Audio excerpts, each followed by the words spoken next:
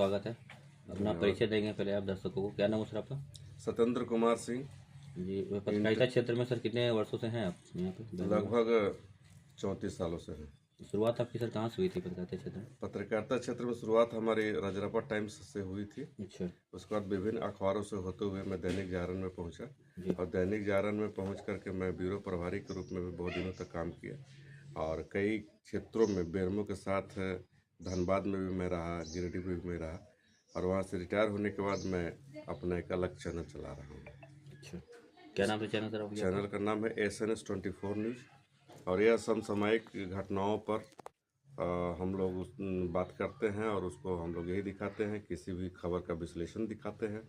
कैसे media line में entry कैसे हुआ सर आपका? कौन गुरु थे आपके इसमें, मतलब कौन लाने वाले हैं क्षेत्र में आपको? हमारे कोई गुरु नहीं थे, हमारे साथ एक घटना घटी थी। जी एक पॉलिटिकल पर्सन, नाम मैं नहीं लूँगा, जी जी एक पॉलिटिकल पर्सन थे, उनके साथ यहाँ मैं काम के लिए जा रहा था। जी जी। तो करीब 6 महीने तक उनके यहाँ गया लेकिन काम नहीं हुआ। वो दौड़ते रहे दौड़ाते रहे, फिर बाद में हमें लगा कि भाई अब उनके यहाँ जाना उचित नहीं है, तो मैं उनके यहाँ जाना बंद कर दिया और उसके बाद मैं टीचिंग जॉब पे आ गया। फिर उसके बाद हमें दिमाग में था कि नहीं, आखिर बड़े लोग जो हैं कैसे और क्यों नहीं काम करते लोगों का, केवल नेतागिरी करेंगे और कहेंगे कि भाई हम बहुत सोशल वर्कर हैं, फलाना ठिकाना, जो भी काम कर रहे जी हो जी वो लोग तो करते हैं नहीं। जी तो आखिर उनको सजग रखने का क्या उपाय है? जी। तो समझ में आया, तो मैंने अपना क्षेत्र बदला और पत्रकारिता लाइन में मैं आ गया। क्योंकि मैं खुद ही MA किया हुआ हूँ इकोनॉमिक्स से।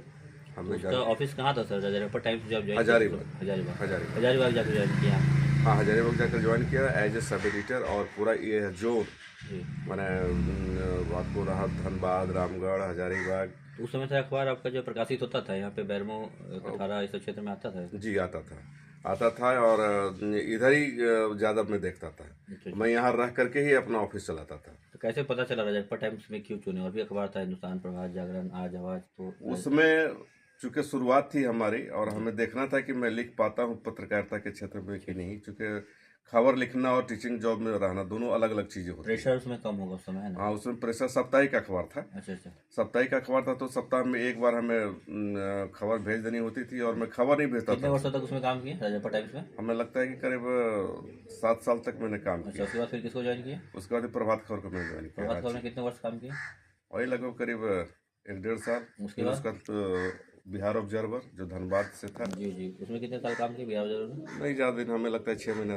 उसके बाद? उसके बाद मैं धीरे धीरे आ गया इस पे दैनिक जागरण में। उसमें पटना से प्रकाशित होता था दैनिक जागरण। दैनिक फिर हाल फिलहाल में छोड़ा था? और छोड़े नहीं, मैं रिटायर किया हूँ। अच्छा अच्छा अच्छा। दैनिक जागरण में कि ये है कि भाई 58 साल के बाद आपको रिटायर कर डेस्क पे थे या फिर फील्ड में थे? इंचार्ज में था, ब्यूरो इंचार्ज में था। बैरमो? बेरमो था, फिर गिरिडीह भी रहा।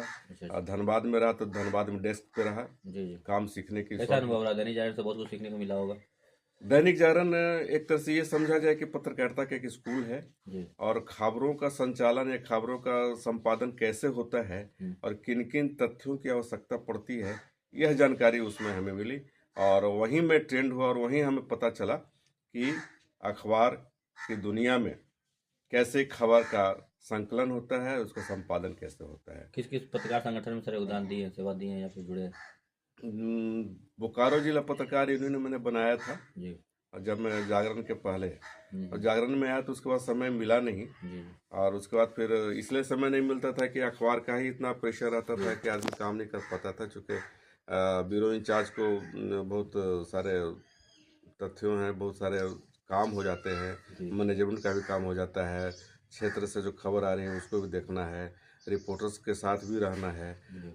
इसे और हमारी आदत है कि मैं जब भी कोई काम करता हूँ, जहाँ भी रहता हूँ और जो भी मेरे लोग होते हैं उनके हर सुख दुख में मैं साथ देता हूँ। हमारे दैनिक जागरण में मैं जब था तो यहाँ पे एक नरेंद्र सिंह हुआ करते थे, उनका देहांत हुआ और मैनेजमेंट से बात करके और मैंने उनकी अपनी पत्नी को दिलवाया उस नौकरी। उसी तरह से नावाडी के एक रिपोर्टर है, आज भी है, वो नाम नहीं लेंगे, लेकिन वो चोरी में करते हुए पकड़ा गया था। तो चोरी करते पकड़ा गया तो उसको मैंने वहाँ से छुड़वा दिया थाना से। लेकिन बाद में चूंकि मैनेजमेंट का ये है कि भाई अब चोर चोरा को तो रखना नहीं है, जी। और ज्वाइन करने के पहले जानकारी थी नहीं कि उस टाइप का आदमी है, तो उसको मैंने छुड़वा दिया। अच्छा अच्छा। इस तरह से बहुत हुआ, और नक्सल क्षेत्र में भी मैंने बहुत सारा काम किया है। अभी आप देख रहे हैं कि बहुत भ्रामक सूचना जो है कि मीडिया में आ रहा है, बड़े बड़े ब्रांड में भी आ रहा है आपका। अभी आप देखेंगे धर्मेंद्र कुमार जो हीरो है हमारे, उनका देखेंगे उनको कि देखिए, ये जो है पत्रकारिता का स्तर लोग गिरा दिया है जल्दीबाजी में, कि हम सबसे ज़्यादा तेज हैं, हीट हो, सबसे तेज हैं, सबसे हम हीट हो जाए और हमारा चैनल या जहाँ भी हम हैं वो बहुत आगे बढ़े, तो इसके लिए लोग भ्रामक खबर फैलाते हैं। जी और भ्रामक खबर फैलाना ये पत्रकारिता का उद्देश्य नहीं होना चाहिए। इससे पत्रकारिता का स्तर तो गिरा ही है, जी लोगों के बीच विश्वसनीयता भी घटी है। जी पहले जैसा था कि हम लोग किसी भी खबर को जब तक 2 बार 4 बार नहीं इंक्वायरी कर लेते थे, नहीं हम जान जाते थे, तब तक हम लोग नहीं उस पर लिखते थे। अभी जो बाढ़ सी आ गई है सर, पत्रकारिता क्षेत्र में देख रहे हैं बहुत सारे लोग जुड़ गए हैं इस लाइन में, है ना, जो अवैध क्राइम से वो भी जुड़ गए हैं। इस पर लगाम लगाने के लिए जिला प्रशासन या फिर जिला जनसंपर्क कार्यालय सब क्यों नहीं कार्रवाई कर रहे हैं? क्या डर लगता है, वो क्यों डरते हैं? वो इसलिए डरते हैं कि उसके जो भी हेड हैं, जी चाहे जिस चैनल के भी हेड हों, तो वो सब भी इसी क्षेत्र के हैं, और प्रशासन या जिला सूचना पदाधिकारी को ऐसा लगता है कि अगर हम कुछ करेंगे, चूंकि वो लोग भी गलत करता है, जी चाहे जिला प्रशासन हो चाहे पुलिस प्रशासन हो, उन लोग भी गलत करता है। और गलत करता है तो जानता है कि अगर आज हम गलत पर अगर हम अंकुश लगाने का प्रयास करेंगे तो पत्रकार लोग हम पर हावी हो जाएगा, हावी हो जाएगा, और हावी हो जाएगा। इसका डर से वो लोग कोई एक्शन नहीं लेता। इसी की वजह से मनोबल जो है बढ़ा हुआ है, बढ़ा हुआ और प्रतिदिन जो है कि नया नया चैनल जो है क्रिएट हो रहा है। क्रिएट हो रहा है। भले उनको पत्रकारिता का पद नहीं मालूम हो, जी लेकिन अपने आप को पत्रकार बोलते हैं। आप देखते होंगे बहुत सारी गाड़ियों में जो है कि press, police, army, human right लिख के लोग चलते हैं और धौस दिखाते हैं, बल्कि वो किसी प्रेस या पुलिस में नहीं होते हैं, इसके बावजूद भी ऐसा गाड़ी में लिख के चलते हैं। इस पर जांच करनी चाहिए प्रशासन को, और देखना चाहिए कि भाई जो प्रेस लिखा हुआ है वो वास्तव में प्रेस का आदमी है कि नहीं। जो पुलिस लिख करके लोग चलते हैं, वो बहुत सारा जगह पर हमने देखा है, सुना है कि भाई पुलिस लिख दिया और वो गाड़ी धड़ल्ले से चल रहा है। या फिर जो पुलिस मान कर्मी थे या मीडिया कर्मी पहले गाड़ी अपना बेच दिए, 2 पहिया वाहन सेकेंड हैंड, तो फिर जो दोबारा खरीदते हैं उसको मिटाते नहीं है और लिखा ही रहने देते हैं, छोड़ देते हैं। नहीं, इसमें क्या चाहिए कि जैसे मान लीजिए कि हमारी गाड़ी है, जी हमने बेचा, तो उसके पहले प्रेस का जो है स्टिकर, लोगो या स्टिकर जो भी हो उसको हटा दें। होता क्या है कि जैसे गाड़ी, मैं बताऊं कि मैं पहले स्कूटर चलाया करता था, स्कूटर को मैंने जब बेचा तो उसको सारा कुछ उसमें एरेस प्रेस जितना लिखा था सब मैंने हटा दिया। बाद में पता ये चल रहा है, हमने पता किया कि स्कूटर गया कहाँ, तो चूंकि सारा सिस्टम से हमने किया था, हटा भी दिया था, और सेल लेटर और जो भी मतलब होता है वो सारा कुछ किया। बाद में पता चल रहा है कि वो स्कूटर से अवैध कोयला ढोया जा रहा है। अगर मान लीजिए कि हम उसको नहीं कुछ करते तो प्रेस उरेस लिखा रहता, तो बदनामी किसकी होती? प्रेस की होती। बिल्कुल बिल्कुल। तो इसलिए जो भी गाड़ी बेचते हैं पत्रकार लोग, तो उनको यहाँ पर ये चीज देखना चाहिए कि ऐसा ना करे कि हमारा बदनामी हो, और बदनामी के साथ साथ आपका स्तर भी गिरेगा। बिल्कुल। अभी तो झारखंड के जो है 25 वर्ष हो गए, रजत वर्ष मनाया जा रहा है जगह जगह धूम से। इस पर से कुछ कहना चाहेंगे, बधाई देंगे झारखंड वासियों को? झारखंड वासियों को इसके लिए बधाई है, और बधाई इसलिए देंगे कि भाई आप झारखंड अलग हुआ बिहार से, अब बिहार से झारखंड अलग होने के बाद लोग विकास की ओर अग्रसर हैं। लेकिन एक चीज़ हम ये कहना चाहेंगे यहाँ पे कि जो 25 साल का सफ़र हुआ झारखंड का, इस 25 साल के सफ़र में जहाँ तक पहुँचना चाहिए था झारखंड को, वहाँ तक नहीं पहुँचे। कारण ये है कि यहाँ आपसी लड़ाई, हाल ही के दिनों में आपने देखा होगा, सुन भी रहे होंगे कि एक सांसद एक विधायक के साथ पूरा एकदम मतलब समझिए कि वो क्या नहीं कर रहा है। गरिमा पोस्ट का मर्यादा नहीं रखता, गरिमा का भी नहीं है पोस्ट का, और साथ साथ शब्दों पर भी नियंत्रण नहीं रहता है। और उनके कार्यकर्ता तो और भी रील्स और सोशल मीडिया में और भी ज्यादा कारण ये है ना कि जानते हैं कि अगर मान लीजिए कि हम हैं भाजपा के वरीय पदाधिकारी, या कहें हम MP हों MLA हों, और हम अगर गाली गलौज करेंगे तो स्वाभाविक है कि हमारे कार्यकर्ता जो होंगे बोलेगा कि सर जाओ। पीछे का क्या कारण, क्या वजह लग रहा है सर? आप तो बहुत दिन से पत्रकारिता क्षेत्र में है, तो क्या लग रहा है इसके पीछे वजह क्या है? मतलब असली मुद्दा क्या लग रहा है आपको?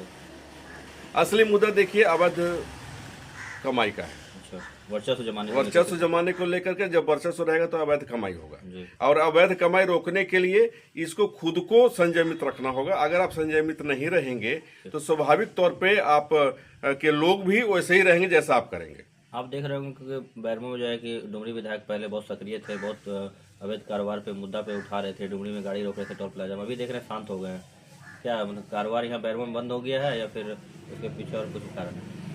देखिए, अब डुमरी विधायक शुरुआती दौर में क्या थे, अभी क्या है, अभी तो उनके लोग ही उन पर कई आरोप लगा रहे हैं। बिल्कुल बिल्कुल। उनके ही लोग, जैसे एक महिला ने आरोप लगाया था, हाँ, आप देखे होंगे कि भाई हमारे साथ क्या क्या ये बहुत करने का प्रयास पार्टी भी किया छोड़ के गया चले है। गए, दूसरे पार्टी फिर ज्वाइन उसके कर बाद जो है उन पर ये आरोप लगाया कि भाई गाड़ी खरीदाया तो पैसा वसूली कर रहे लिए हैं। काफिला में चल रहे हैं। तो ये सब चीजें जो है स्पष्ट करता है समय कि के साथ मतलब उनके जो है रहन सहन हर चीज जो है कि बदलाव हो गया ना, जिस तरह से बदलाव हुआ, जिसके कारण उनका भी हमको लगता है कि गिरावट देखा जा रहा है। गिरावट देखा जा रहा है। उनके समर्थक लोग ही जब उसको कहेंगे कि ये गलत है, तो स्वाभाविक तौर पे, अब सपोज कीजिए कि आप लोग को लेकर हम लोग चलेंगे और हम ही अगर बाद में गिरने लगे तो आप हमारा क्या करिएगा? अब हमारी शिकायत कब करिएगा? जब हम आपको छोड़ दें और हम अपनी स्तर से, हम अपने तरफ से कुछ नया चीज हम करने लगे, तब जाकर के आपको लगेगा कि नहीं, ये गलत हो रहा है। बैरमो में क्या स्थिति है? विकास की क्या धारा बह रही है बैरमो में? बेरमो में विकास की धारा पर हम क्या बताएं, वो शिलान्यास और तो होता है, काम भी कितना पूरा होता है लोग जानते हैं। जैसे हम क्षेत्र में घूम रहे थे तो कुछ लोगों से पता चला, उन्हीं के पार्टी या उन्हीं गठबंधन की सत्ताधारी पार्टी के लोग हैं, उन्होंने कहा कि कई तरह के काम यहाँ पे हो रहे हैं बैरमो में, आपके जो 5 करोड़ की लागत से बन रहे हैं, उसमें जो है कि विधायक जी के साले साहब को ही कार्य दिया जा रहा है, कार्यकर्ताओं को या जो उनके झंडा ढोते हैं 5 साल, उनको अपेक्षा किया जा रहा है। इस पर क्या कहना है? क्या सही बात है? अब देखिए, इस मामले में तो हम क्या बताएं, जनप्रतिनिधि है, उनको खुद ही समझना चाहिए कि हमको क्या करना है, नहीं करना है। अभी जनप्रतिनिधि के ही विवेक पर डिपेंड इस करता है। क्षेत्र में सर किस ट्रेड यूनियन का दबदबा मतलब कौन भारी पड़ रहा है? अभी ट्रेड यूनियन है कहाँ? किसकी ट्रेड यूनियन की बात आप कर रहे हैं? कौन ऐसा ट्रेड यूनियन है? या नहीं, फिर कौन ऐसा ट्रेड यूनियन है जो मजदूरों के हित की बात करता है? हम ये बताइए कि कायाकल्प जो सीसीएल का है, बहुत बड़ी योजना थी कि भाई इसमें सभी जितने भी मजदूरों के क्वार्टर्स हैं उनको हम लोग रिपेयरिंग मेंटेनेंस कराएंगे। उस कायाकल्प का फंडिंग कहाँ गया? उस कायाकल्प का फंड कहाँ गया? आप टेंडर निकालते हैं 60% और 50% आप बिलो काम देते हैं, ठेकेदार कहाँ से काम करेगा? आप कहिए कि हमको कमीशन भी चाहिए, उसको भी बेनिफिट चाहिए, कहाँ से करेगा? काम ही नहीं हो रहा है। मजदूर की बात आप कहाँ करते हैं? मजदूर आज जो है कई हिस्सों में बटा हुआ, सारे जितने भी ट्रेड यूनियन लोग हैं, जो भी वरीय पदाधिकारी हैं ट्रेड यूनियन के, सिर्फ एक की मैं बात नहीं कर रहा, सभी ट्रेड यूनियन के जो भी पदाधिकारी हैं, चाहे वो प्रोजेक्ट स्तर के हैं, तो उनको ड्यूटी नहीं करना है, छुट्टी में ज़्यादा रहना है, जो भी हो पर्सनल काम करना है। जो भी आपके एरिया लेवल के जो पदाधिकारी हैं, उनको क्या चाहिए कि अपना गाड़ी घोड़ा कंपनी में दे दो, फिर उसके बाद ठेकेदारी करो, चाहे वो E&M का हो, चाहे वो सिविल का हो, चाहे वो आपको किसी भी विभाग का हो, उनको केवल चाहिए आमदनी। तो वो ऐसी स्थिति में ट्रेड यूनियन है कहाँ? मैंने तो कई ट्रेड यूनियन वालों से बात किया कि भाई आप लोग जो ट्रेड यूनियन काम करते हैं, मजदूर हित में आप कितना काम करते हैं? तो मजदूर हित में काम ही जब नहीं होगा तो ट्रेड यूनियन काहे का? यहाँ ट्रेड यूनियन नहीं है, यहाँ ट्रेड यूनियन दूसरा हो गया, ट्रेड हो गया। अब उस ट्रेड के नाम पे बिजनेस हो गया। अब ट्रेड यूनियन नहीं रहा, ट्रेड हो गया केवल। और ऐसी स्थिति में जितने भी मजदूर संगठन के लोग हैं, उन मजदूर संगठन के वरीय पदाधिकारियों को करना चाहिए क्या कि भाई आप कम से कम अपने लोगों को बताओ कि हमें क्या करना है मजदूरों के जन कल्याण के लिए। कौन सा मजदूर ऐसा है? आप देखिए, मजदूरों में हालांकि हम लोग पत्रकारिता से जुड़े हुए हैं, हम लोग को ये बात नहीं कहनी चाहिए, लेकिन एक स्कीम है पूरे कोल इंडिया में। पूरे कोल इंडिया में स्कीम ये है, थोड़ा सा